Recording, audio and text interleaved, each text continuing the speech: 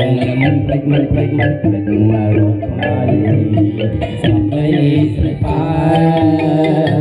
สองได้ผ่านประเกียงจักตาตุเปรยาวิสาพมิรุเตตาเลตุเมเรุทิสลาเตเตหาชัตถาพลม